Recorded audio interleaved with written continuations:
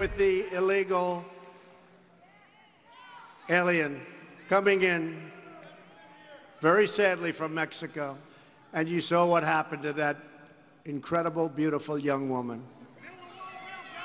Should have never happened. Illegally in our country. We've had a huge impact, but the laws are so bad. The immigration laws are such a disgrace.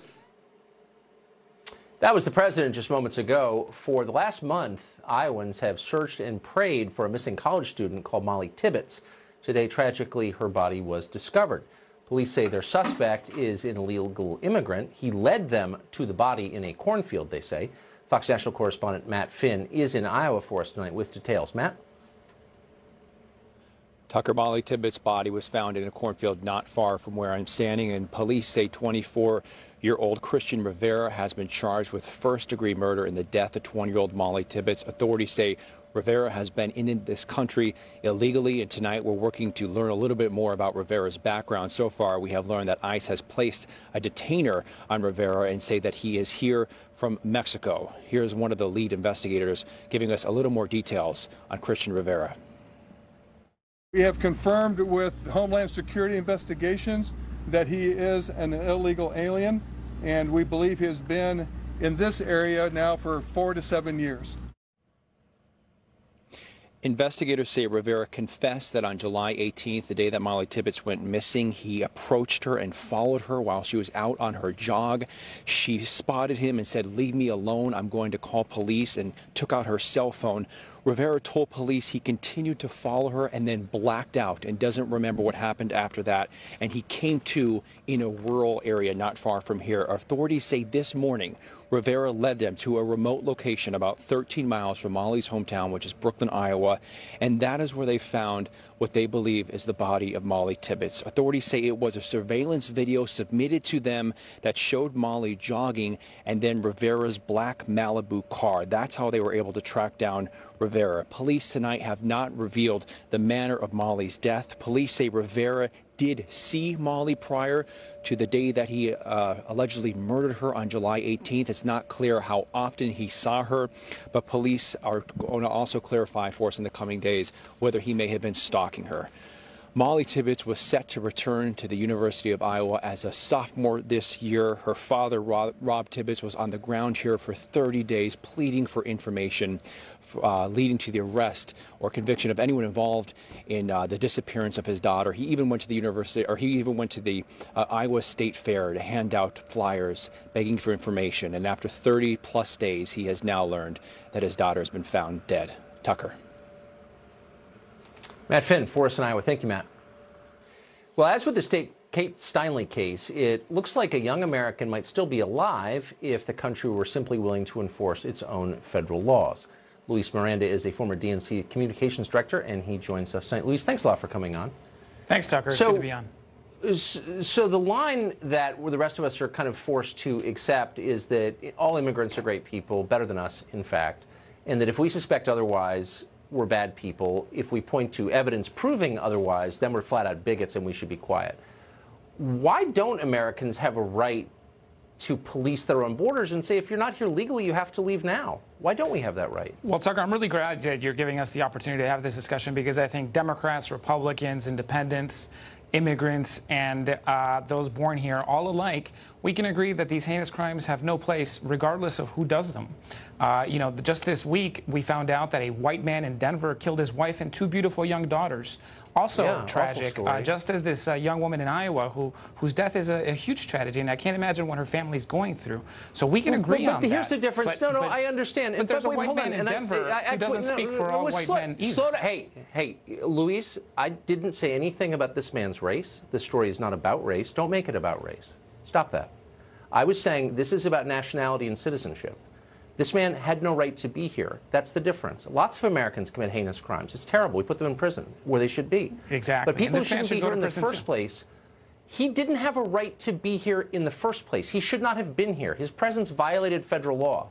You and your party tell us that we're racist for wanting to enforce our own laws. It has nothing to do with race. It has everything to do with whether we think laws are real. And some of us do. You don't. There's more we agree on. We both agree that the immigration system is badly broken. It is horribly broken.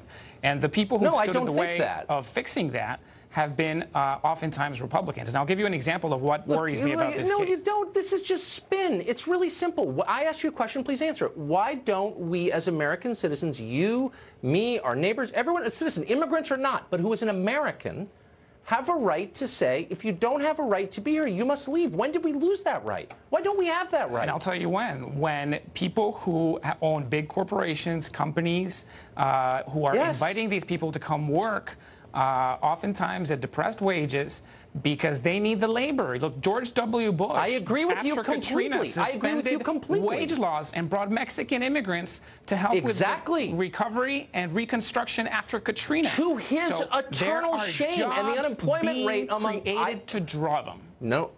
Oh, no. You're absolutely right, but what you're missing is the African-American unemployment rate in New Orleans remains very high. Those jobs went to foreigners. They didn't help the Americans who need the help in New Orleans. And I can give you 1,000. You're right. I agree. To his eternal shame. It's one of the reasons he has a lot to be ashamed of from his 8 years as president. That's one of the main things to be ashamed of. But I have still a simple question. You and I agree on that. So why don't we say to employers, you must verify the legal status of your employees, and if you can't employ them. And if someone's got a fake ID, that's a felony. One of the things we tried to do under the Obama administration was to expand E-Verify. No, actually, that was part of the immigration bill that we put forward in 2013. Yes, it was. It was. Absolutely. It was something that we always included. Because Democrats are totally against it now. Totally. Because they take money from these employers that rely on the cheap labor you just mentioned. Included it, and it included border security. It included verification. Absolutely, absolutely. That's always been part of what we tried to do. But it's not true. Democrats right now ask members of the Senate, the 40-odd Democrats in the Senate, are you for universal E-Verify? If you can't prove that your employees are legally in this country, you can't employ them. Are they for that? You can't get a majority to say that right now, and you know that. We set off drones but I'm sorry, it's to fly 2018, from Texas right to now. California.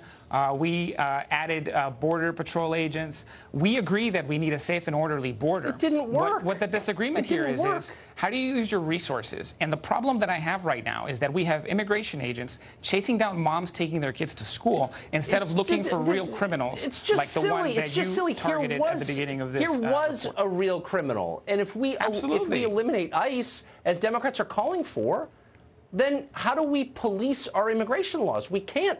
You literally represent a party that would like to eliminate immigration enforcement. What I think is important is that as long as Trump and other Republicans keep politicizing immigration enforcement, it turns into this kind of debate that takes away from the reality that we need a safe and secure border. We need someone who is actually stopping the flow of illegal guns and drugs north and bulk cash south. We did that during the Obama administration. I'm sorry. This is disingenuous. So we're both in agreement in that. The country's flooded with heroin from Mexico. In that. Yeah, okay. We are both in agreement on that.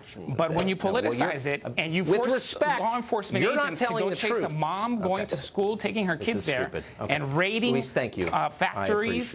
Right. Now, this video comes with a trigger warning. In it, you will see a white woman telling a group of people of color to be quiet so she can white-splain to them. Please have any small children cover their ears. In fact, you should probably cover your own, too. Watch this.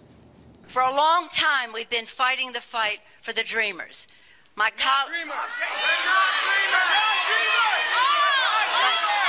I'm not. All 11 million. All 11 million. Do you want to hear an answer, or do you just want to shout?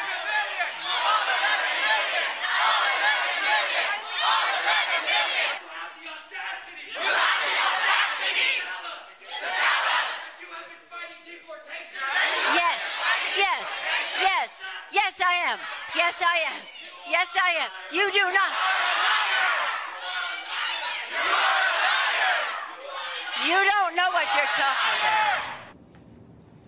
The revolution always consumes itself. Now, why were those people so mad at Pelosi? Well, they're furious that she's negotiating with the president to protect DACA beneficiaries from being deported. Instead, they want a total and immediate amnesty for all 11 million, maybe 15 million, no one really knows, illegal immigrants currently in this country. Avan Seha is an illegal immigrant. He's the founder of Undocumedia. He joins us tonight. Avan, thanks a lot for coming on. Thank you for having me, Tucker. I am undocumented, a DACA beneficiary, and actually born a crime when I was immigrating here at 9 months old. Huh. So I guess what I find so striking about that video and about a lot of other things that I've seen in the past few weeks is the lack of gratitude and the hostility from people who are really getting a pretty good deal from the United States, apparently. People who are here illegally, breaking U.S. law, benefiting in a lot of ways from U.S. society, which is the richest in the world, the most orderly, the cleanest, the fairest, and yet seem hostile toward the United States. I never hear a single person say, you know what, thank you. Why not, I wonder? I believe that undocumented immigrants, DACA recipients, are simply reacting to what's continuing to be done over years, and that is they're talking about us, but they're not talking with us. They are not including us in the conversations, and this is something that's going to be addressed. Both parties will be held accountable. People have something to refer to, records, to indicate how promising these agreements can be, and that's voting record. We're going to be holding people on both sides of the party who at some point may have voted against us, and that's all we have. That's the only premise we have. Wait, hold on, slow down. You're issuing a threat, and I want to understand what that threat means. You're saying as an illegal here, you're not a U.S. citizen. You're saying you and other non-U.S. citizens are going to hold U.S. citizens accountable for not being nice enough to non-U.S. citizens? Is that what you're saying? What I'm saying is that these elected officials are there to represent all constituents, including undocumented immigrants that live in these communities. And although we do not vote them in directly, we do take great part in our community and also ask to be represented. We are paying taxes, we are contributing to the community, and we just ask for representation. No, what you just, and by the way, I've always been very pro-immigrant and am in some ways still, and pro-immigration actually. You're making me very anti-immigration by what you're saying right now, because of its tone, but also because of the threat you just issued to people who don't see it your way. You're not a U.S. citizen. The U.S. government exists to serve the needs and protect the needs of U.S. citizens. It does not exist to protect the needs of non-U.S. citizens. Do you see the distinction? I think all countries are that way, all of them.